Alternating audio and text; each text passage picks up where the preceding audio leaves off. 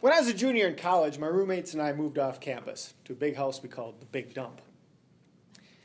It was an education for me. It was the first time I'd really lived on my own, and I had to cook for myself. And I did cook for myself. I found cooking easy peasy. But I was cheap. I was a poor, frugal college student. So I cooked from scratch, and I had to teach myself how to do this.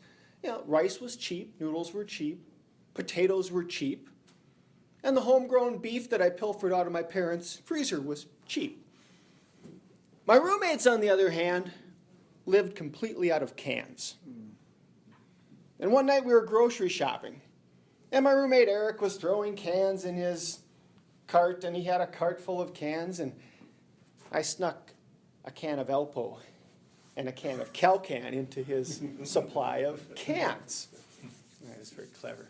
And I let him check out, and when he got home, he's putting away his cans up on the shelf.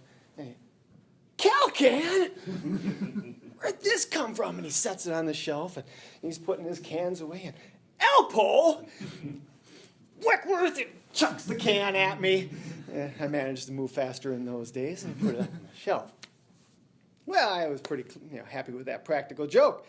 A week or so later, though, I came home between classes to have lunch, and I grabbed my leftover hot dish, homemade hot dish, out of the fridge, and I put it on the stove and warmed it up, and I sat down to have myself a quick meal, and I'm wolfing my hot dish, and I'm looking around, and I look up, and the can of Alpo is missing.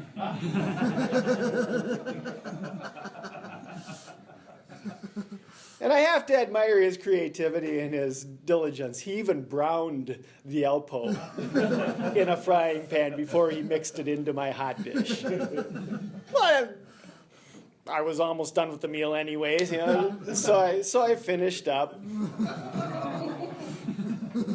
I was cheap. I wasn't going to throw away food. It was a great practical joke.